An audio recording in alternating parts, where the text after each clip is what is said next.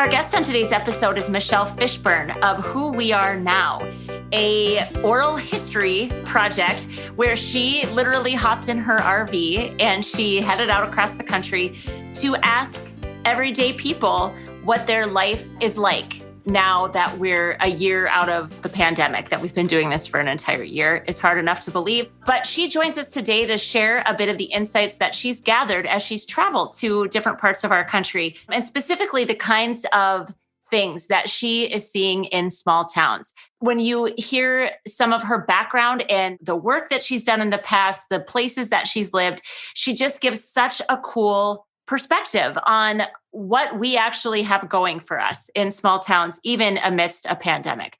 So without further ado, please enjoy this wonderful chat with my new friend, Michelle Fishburne. Well, hey, Michelle, welcome to the Growing Small Town Show. Hey, Rebecca, it's good to be here. Oh, I'm so happy to have you on the show. Oh my gosh. So let's talk about who we are now and how this came about. And you should maybe tell the listeners like how you and I connected, because that's always fun to hear too. So tell us all about it, and you. Okay. So Who We Are Now is a national contemporaneous oral history of the lives of Americans during the pandemic. So what does that actually mean? It means that it's a bunch of stories about how we've all been making our way through the pandemic, putting one foot in front of the other. And the reason why it's a contemporaneous oral history is the stories are all based on interviews with people. It's not me saying, oh, so-and-so thinks this or that. It's their own words. Right. And that's important. And the fact that it's contemporaneous means I've been traveling all over the United States during the pandemic in my motorhome to do these interviews, because it's really important to understand how we've been making our way through. And for example, I spoke with a woman back in August who is a performing artist, and she is a clown. And she she also does hospital clowning. Okay. So she tried to do it virtually, but she's had no work over the summer and all. She's up near New York City. And I just was emailing with her last night, and she still said, yeah, hardly any paying gigs. Yeah.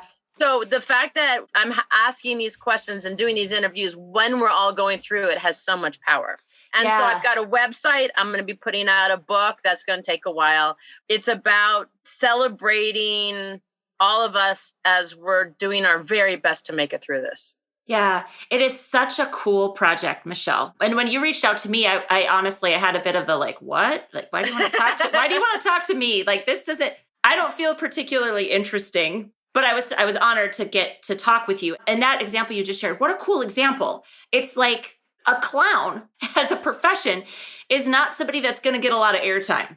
You know, I mean, come on, let's be real about it. The majority of us in our jobs don't hit the, national media cycle. So I think it's really important that somebody is letting people share their own voice, which I also appreciate your approach, that you're not saying like, this is what I'm seeing through my perspective, because it'll always be a little bit tainted because you have a perspective, right? You have a viewpoint. Like we all do. And the news is doing such a great job of covering the doctors and the nurses and the patients. But what about the yoga instructor? What about the person who owns the bowling alley? What about the person who is collecting tickets in a movie theater? Everybody has a story during the pandemic, even when they don't think they do. So for example, a friend of mine, Maria, when I interviewed her son is now TikTok famous, Chris Olsen, on TikTok, and from nothing on TikTok to blew up to millions of followers during the pandemic. He was then voted like one of people's sexiest men on TikTok or something. But so she said to me, why are you talking to me? Like, I don't have a story. And I said, Maria, everybody has a story. So we started the interview, and I always ask just one question, as you know, because I interviewed you, Rebecca. Right. And the reason why I reached out to you is you're in North Dakota. And I am. I'm not going to make it up there in my motorhome. And so you need to swing that baby through here sometime, though. Okay, maybe not right now. It's pretty cold in North Dakota right now, but you have to come back when it's more seasonable. How about this summer? We would welcome you. Yes, come and see us. I would love to. Okay. So I always ask one question in the interview. And so to the listeners, because I'm not going to be able to talk to all of you guys, this is the question. It's January 1st, 2020. what was your 2020 supposed to be like? And what did it end up being like through now, which currently is February 2021, right? So I asked Maria this, and she said, please don't ask me about January 1st, 2020. I was in the middle of a depression that had started in October. Ooh. And I threw everything I knew how to do at it, and I still could not shake it as of the beginning of January 2020. She said, can we just start the interview with like maybe end of March when we were all in quarantine, because it was so much better for me. I had no reason to have the fear of missing out. I had no future worrying. I wasn't running about, driving myself crazy. She said, I just got to live a simple, and then she paused and she looked at me. She's like, I guess I have a 2020 story. I guess that's my answer. Right. And I loved that, by the way. I just listened to her little snippet, and she talked about how I had one of my biggest problems was I live in fear of the future, or I'm always thinking about the future. And all of a sudden, COVID happened, and it's like, there's nothing to look forward to. There's the fear of missing out, so legitimate. And I think what's really interesting about it, I have a lot of friends that have said 2020 wasn't even close to my worst personal year. So I think through all of this, and you said it so beautifully at the very beginning, it's like we are all trying to do our best. And you know what? My best day to day looks different, right? If I am not well rested, my best is not going to be as good as when I get a good full night's sleep, right? If I'm eating too much crap, like there's all sorts of things that affect your personal best. And then you land this enormous thing on top of all of us. But there's still things to celebrate. There's still a human spirit that's existing. And I'm sure that's what you're finding. And just a deep sense of grit and resilience and tenacity. And is that true? And if so, let's hear some of the stories. Like, what are you finding? Especially you and I know that I love talking about rural places and small towns because that's my gig. So what are you finding as you're traveling in the warmer parts of the country? Well, I've been traveling since the middle of September and did make it up to Wyoming. So I did hit some of those colder parts of the country before they got cold. And the reason why I did this was because I found myself unemployed. I was laid off in the COVID spring. And I thought, I'll just network my way to a new job, not realizing at that point that the face-to-face networking opportunities were all going to go away, and I was going to have to try to get a job online. And I submitted 86 customized cover letters between the end of March and the middle of July, and I did not have a single job. Oh my God. I had no idea. I didn't know that. You and I didn't touch on that. That's incredible. So there I was in the middle of the Target parking lot on July 15th, and my youngest was going off to college, and the lease on my post-divorce house was going to be up on July 31st, and I didn't have a job. And my biggest decision I had to make was where to tell the movers to put my stuff. And I sat there and like, Michelle, you have to make a decision. You have to tell them where your stuff is going. And I thought, well, where am I going to live? It doesn't make sense to get an apartment if I don't know where my job's going to be, because obviously getting a job is going to be hard. Right. So I thought, well, I've got my 2006 motorhome. I've lived in it before for 10 months when I road schooled my kids when they were younger in 2006 and 2008. I guess I can do it again. And so then I thought, well, okay, well, then what am I going to do when I'm out on the road? And I thought, well, I'm really curious about how people are doing. Yeah. Why don't I just go around and interview people? And I thought of Humans of New York, that wildly popular project. Yeah. And I thought I'd just do Humans of America during a pandemic. And I'm kind of curious who we are now. So I'll call it Who We Are Now. And it really just came that quickly. But I have to tell you that the resilience I'm finding and the grit and all of that the newspapers are starting to write about, I did not know what I was going to find. I actually thought I was going to find a despondent, downtrodden, angry, divided country. And that is not what I found at all. Which is wonderful to hear. Yes, it made me happy. I went into it presupposing that our country had changed from the country I'd grown up in, and that people were going to be really depressed and giving up. And so I didn't go in presupposing that we had a lot of resilience and grit and that people were really going to be focusing on their day-to-day lives. And the thing that I think surprised me the most is almost everyone I have talked to has said that they feel more connected to community now than before the pandemic started. And I also didn't expect to find that because I live out on the East Coast and there's been so much isolation because of quarantine and lockdowns, and can't go to restaurants, we can't go to bars, we can't gather. So I thought people were going to feel very isolated. And what I found was the opposite. I think that's so interesting. And the other question as you're talking that I'd love to ask you is, do you think that this grit, you just said that the media is starting to talk about it. Do you think that there's a pretty general lack of representation of what the whole of America actually looks like in media? Of course. Of course. I mean, so I was thinking about this the other day because when I was talking to somebody about what I'm finding, they were really surprised. And the person I was talking to lives in Washington, D.C. And I plan to loop back around to her and say this. I was in Washington, D.C.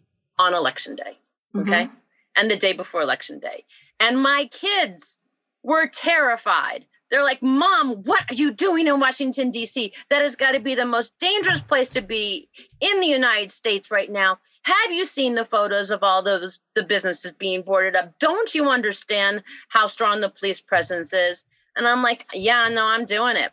And so as I drove down Connecticut Avenue, where I used to work as a lawyer years ago, I didn't see as many stores and shops boarded up. I saw lots of open stores. And as I got closer and closer to the White House, the boarding up increased. But even like 2.5 blocks from the White House, there were shops that were not boarded up. Mm-hmm. And when I got down there was hardly anybody there. And I went over to the Capitol. And people were jogging, people were playing soccer, just like on the mall, just like they usually do, but there was hardly anybody downtown. And what I want people to understand is when there are cameras zoomed in on a tightly packed group of like 200 people, mm-hmm. that doesn't mean that Washington is in chaos. Right. It means that, and it was really funny because I also went to the Black Lives Matter Plaza in June. I was really curious about how we are.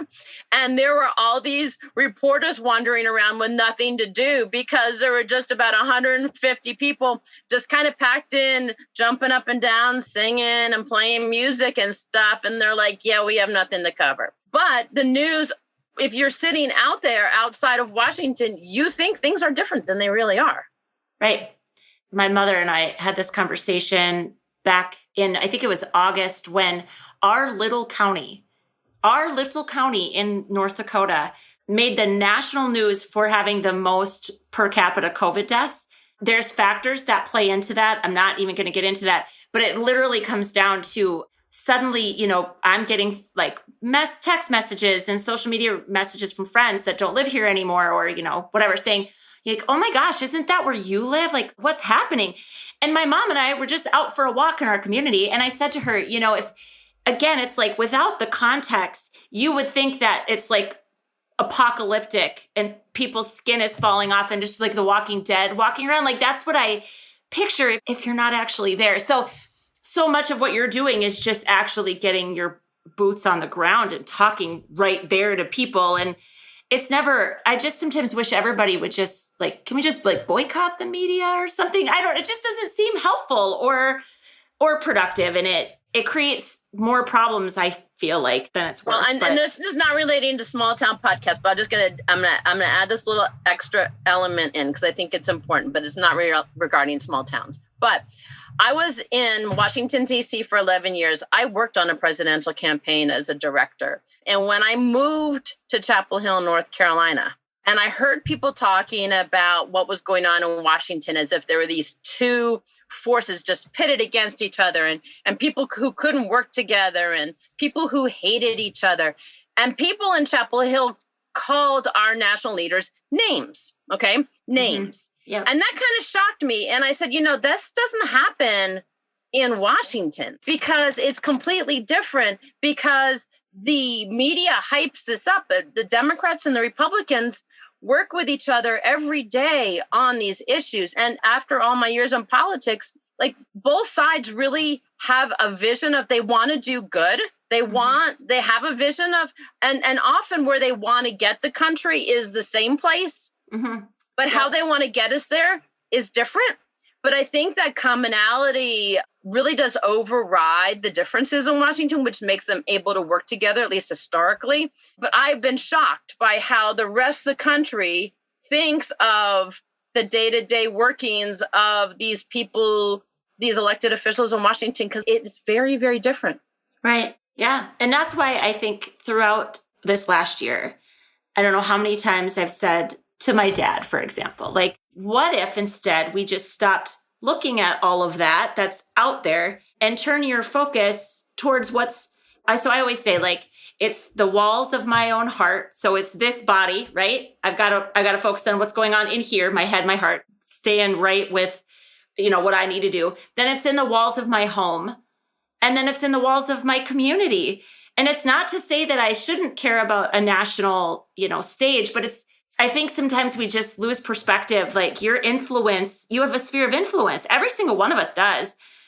And so why don't we focus more on what we can influence instead of getting so wrapped up in what's obviously a narrative, regardless of what media outlets you listen to, right? It's a narrative, and it's a business. And so yes, it's a business. It's a business, and we have to remember that it is a business and they're doing what sells. Mm-hmm. So talking about focusing on your community is a great segue. Yeah. Mayor Cedric Williams in Forest City, Arkansas. Okay, he was a brand new mayor. He'd only been in office for a year when COVID hit. And he said to me, Michelle, there was no playbook for what we should do. He said, and what I kept finding is people kept getting their information from national outlets. And I kept saying, look at me, listen to me. Yeah. This is what you need to know about our community. You need to just know what I'm telling you about our community. And so he said he went on radio once a week. He went on social media all the time. And they had the leaders of the community, including the corporations, et cetera. They were just like, look at us, listen to us. We're going to tell you everything you need. And he said his biggest issue was how to reach the people in the community who are on the margins, who don't have the internet, who don't have cable. And they're like, well, how do we get good information to them? So they decided to put the information in their water bills, because everybody gets a water bill, even if you aren't connected, even if you're really off grid. Yeah. And so that was what he was saying, is just focus on what's going on with us. And then when I was in Shamrock, Texas, tiny little town. And once again, though, they had only had something like 7 people go to the hospital. And all 7 people came back. Mm-hmm. And they were making decisions for their town based on what made sense for their town. Right. And those decisions looked different than the decisions that New York City made. And that makes a whole lot of sense. Yeah. But they had to make a really hard decision for them for 2021, because they're Shamrock, Texas, right? They're known for their big St. Patrick's Day celebration. Sure. And they had to make the hard decision in 2021 to postpone it. Mm-hmm. Not postpone it, to cancel it for 2021. Right. So, I think that one of the frustrations for people all over the country is people have been experiencing this pandemic differently because of place. Right. And we're a huge country. And to think that the highly urbanized areas should have the same rules as Pine Bluffs, Wyoming, which has 944 people. And when I went to visit it in September, they'd only have 3 cases, even though they had the rodeo. They went ahead and had their rodeo that summer. Yep. And it was packed. And the food vendors, for the first time ever, the food trucks all ran out of food. But they had to everybody's making their own decisions. And that makes so much sense. As somebody who studied political science, one of the things that stood out most for me is the best form of democracy is the town hall. The closer you get the decisions to the people affected, the better the decisions will be. And that is one of the things that I have found as I've gone around through country, is small towns are making some different decisions, but they're making it based on the data related to their small towns. Right. Well, and that philosophy holds true in organizations too, right? Like problem solving. So if you get a team of executives to sit around in a boardroom and, spew all their thoughts and ideas about how to fix something, the person that's closest, the employee that works closest to that thing, probably has 15 ideas that would trump every single idea that you bring to the table because they work with it every day, right? So it really is. And I think, oh man, I don't know. What I have to tell you, what I appreciated most about you, and I've talked about you a few times, like I was telling my dad all about meeting you and how the pandemic, I think, exacerbated this identity politics thing. And then the election absolutely like cemented that, unfortunately. And it was so refreshing to talk to you and not feel judged at all for knowing that I come from a red state, that my entire family is fairly conservative in nature. But right away, you didn't immediately dismiss me as being a certain thing because of that, because you have such a steeped history in politics too, which I think just makes you so interesting. Have you had any moments of just, I can't believe that just happened? Like, have you had any of those moments? Even, I don't want to make it political, but it's just, we spent a lot of time struggling through that, you know? And the pandemic added a whole political layer, which who knew that was going to happen? Yeah. So one of the things that surprised me again, okay, is, now remember, I'm asking that one question. Yes. It's January 1st, 2020, right? I'm not, and I usually don't do follow-ups because I ask that one question and the person usually talks for 15 or 20 minutes and then they breathe. Because it's such a joy actually to be able to just outwardly process what the heck one's been through, right? To process what we've all been through. So politics hardly ever comes up when I meet people. Mm-hmm. And that is so joyful to me because the whole point is relating to people as people. Yes. And I would guess, based on where I've been, that 60 to 70% of the people who I've interviewed voted differently than I did. Mm-hmm. But it was so irrelevant because what it's all about is, hey, how are you doing, fellow American? How have you been doing during this pandemic? How's your family? How's your job? How's your community? What's your struggle been? And so every once in a while, after I've turned off the recorder, there will be a discussion that will move into the territory of masks or shutdowns or politics. And for some reason, at the age of 57, I have now grown enough, evolved enough, been through enough stuff that I really park judgment because we all get to our sets of values. We all get to our life views based on very unique situations. And I don't know. I mean, I think it goes back to what I said about the people who we have elected to represent us in Washington. They have a vision of what they want to do for America, what they want America to look like. Right. And by and large, that is the same. And your way of getting there is going to differ. And that's where the discussion happens for the most part. Right. And I think that it's the same thing here. We're all human beings. We're all Americans. We all believe in life, liberty, and the pursuit of happiness and community. And how we get there or how we think we get there might differ, but I just don't find there's that big of a difference in us. Yeah, well, and I find that to be, again, it's so refreshing, and it probably is more indicative of truth than what we're being shown. Exactly. Right? Exactly. And what we tend to buy into.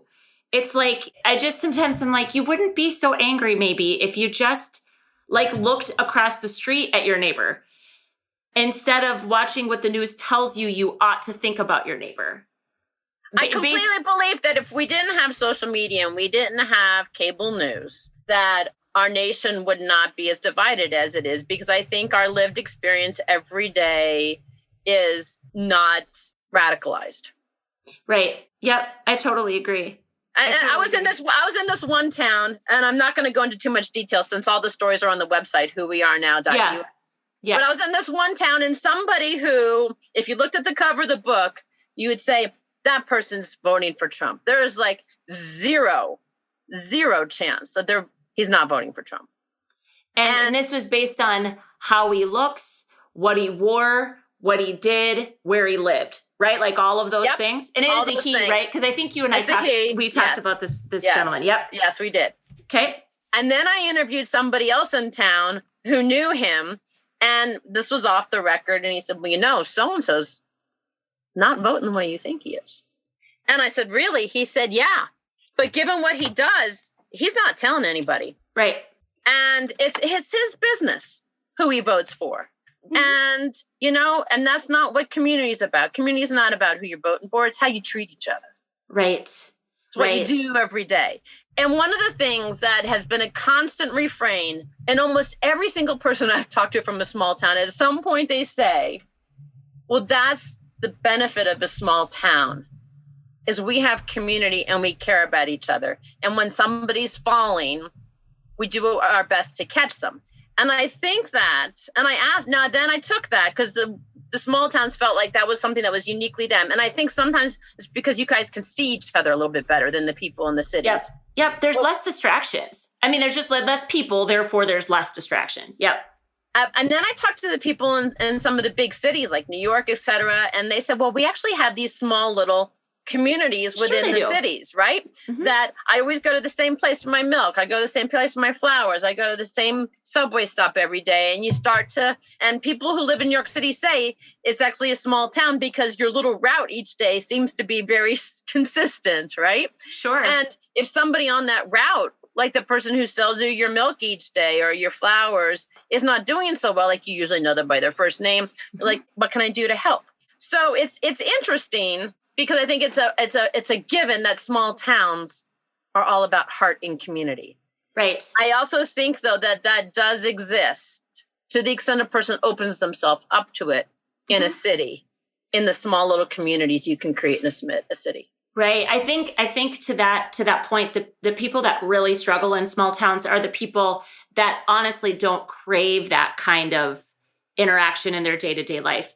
Not to label them in any way. It's not just one thing, but it's a personality choice, perhaps, or, a personality characteristic of a person. Rebecca, it could almost be though on a particular day. So like I live in what I consider a small town, Chapel Hill. There are 40,000 of us when the students aren't there. Yep. And 40,000 seems pretty small because I can't go to the grocery store without running into somebody I know because I've lived there for 20 years, right? Right. Yep. But there are days when I don't want to see anybody. Oh, I agree. or I see somebody, I'm like, oh, I really just don't want to talk to her. And I take my cart away and I go down a different aisle. So. Right. Yep. Yeah. But I think those are the people that really do struggle because you really just can't escape. It's hard. If I go out of my house, I'm going to run into somebody I know. There's zero chance that I won't. So that closeness can often feel suffocating. Even for me as a super extroverted person, there are times when I'm just like, ugh, but that, again, it's just a pro and a con of anywhere we choose to live. So I don't know that that's a bad thing. It's just something to contend with like anything else.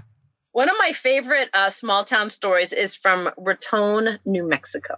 It's on the I-25 corridor between Albuquerque and Denver, and it's a tourist town.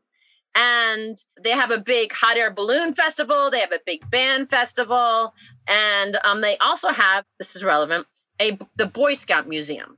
So, okay. And right near the train tracks, because every year when people are going to Philmont for the Boy Scout, big jamboree, the boys and their scout leader are taking the train down to Philmont. They stop at Raton and they go to the Boy Scout Museum.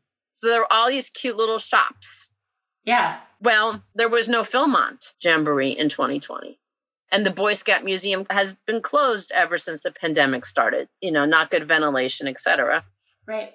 And the downtown was really, really, really struggling. So 3 ladies got together and decided to do a Facebook Live cash mob. Okay. So what they did was every Tuesday and Thursday, they would go to a store and they would basically do a QVC episode from the store. Oh and they had about 100 viewers per time of people in the community. Like, hey, look at this nice pot. And this pot's only blank. And if you want it. And so people would be buying the items while they're doing this. And they did it for 2 hours every Tuesday and Thursday night. And over the course of 12 weeks, it generated over $40,000 in sales revenues for about 30 businesses, which helped them pay their rent while they were shut. Yeah. And that's a great story. Isn't that awesome? Yeah. And the coolest thing about what you just shared, though, to me, this isn't exclusive to small towns, but I do think in some respects, we've always been innovative. Like the fact that we're still existing when you had such serious outmigration to large cities, there's something about the spirit of things of the people that live in small towns. There's just something special about it. So that's such a great story. And I think the special thing is, just like you said at the beginning of this, is people in small towns, I think they value their space. They value the slower pace of life that gives them more of an opportunity to smell the roses along the way or to say hello to the neighbor. Right. They have chosen a different life experience. And now what we're finding because of the pandemic, as we all know, is that some people are now leaving the cities and they're headed out into the smaller towns, headed out into the rural areas because they say, you know what? I want the space. I want the slower pace. I want the sky, the blue sky. And it's pretty exciting, actually. I think it's a great thing for our country that people are doing this, that we're going to have such an interesting blending that will make us stronger and understand each other better. Dewey Beach, Delaware. Okay, another very small town. Well, I don't know which way to go with this story. So there's Jimmy who owns Woody's Bar and Grill. Why it's Woody's? Because he's Jimmy, but he bought it. So it was already Woody's Bar and Grill. Anyway, so he decided when he moved to town and opened it, that he would be open every single day for the same hours every single day. So nobody ever had to say to themselves, is Woody's open? Yeah, I love that. Isn't that great? It's very smart.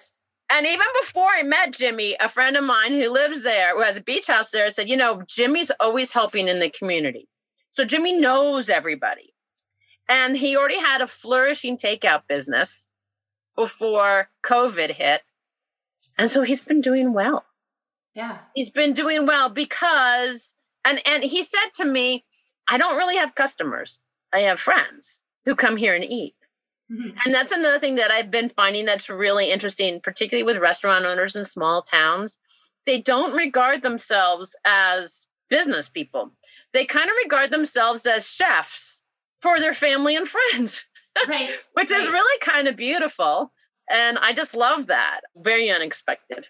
It's so cool. So as we wrap up here, I think the question I have for you, given just who you are, you really have such a rich and interesting and diverse background. I mean, all the things that you've done and then like what you're actually seeing now and where you're choosing to go now as you're having these conversations. What would you say to our listeners? My listeners are in small rural communities. They're in small towns. I believe that, as I think we all know, that we're going to see a bit of outmigration now from the urban centers into rural America. I think there's a lot of us that are a little uneasy about what that means. Okay, that's just honest. But what advice or thoughts do you have as encouragement to those of us that are living in small towns currently as we navigate the next year or two?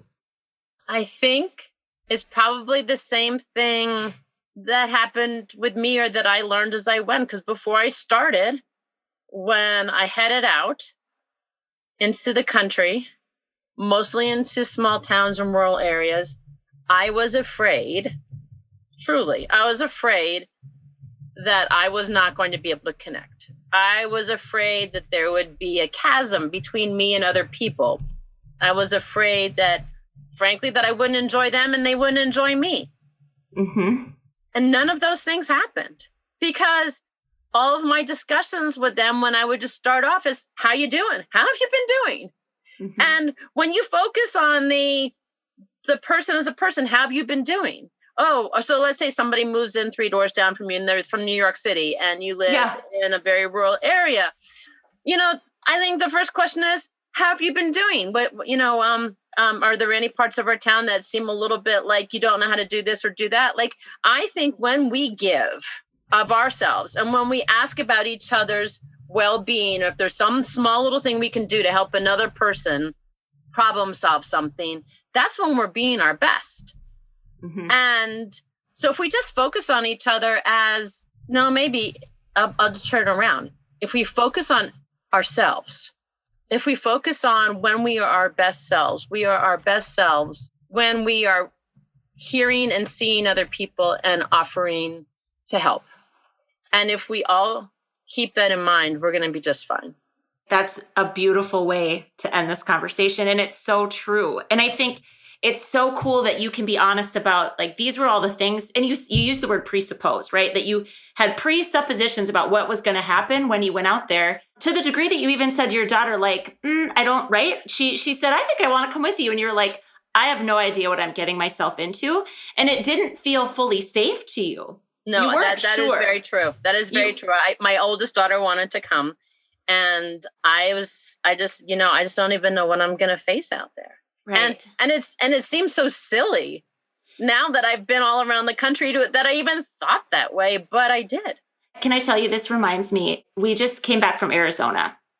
I saw the great photos. And my husband was having that same kind of, I feel uneasy going into kind of a metropolitan center with our young children, given what it appears is happening and all these things, right? Not that Arizona was a particular hotspot for any sort of danger or whatever, right? But it's just, and I'm telling you, he looked at me and he actually said, which, for my husband to say this and admit this, I don't want to like call him out. He doesn't listen. I was joking. He doesn't listen to my podcast anyway, so it's fine.